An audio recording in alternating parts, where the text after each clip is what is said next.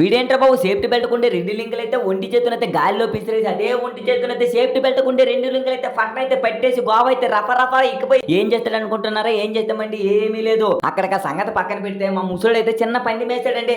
ఆ పందెం ఏంటో తెలుసా? నీ ఏజ్ ఎంతరా బాబు అన్నాడు. నా ఏజ్ అయితే 20 సంవత్సరాలు రా బాబు అన్నాను.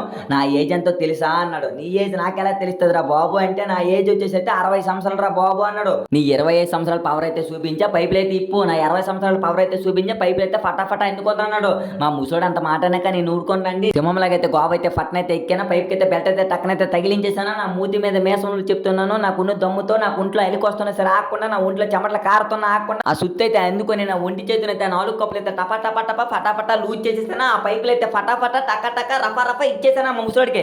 మా ముసోడు అయితే 60 సంవత్సరాలు అయితే దమ్ము చూపించి ఆ పైపులు అయితే ఫటాఫటా టక అందుకొని పైపులు అయితే పైపులోకి వేసాడు. చూసావు 60 సంవత్సరాలు ముసలోడు దమ్ము అంటాడు. నీ పవర్కి అయితే తగ్గేదే లేదా బా నన్ను అలాగే కష్టపడుతాను. మా కష్టం చూసి ప్లీజ్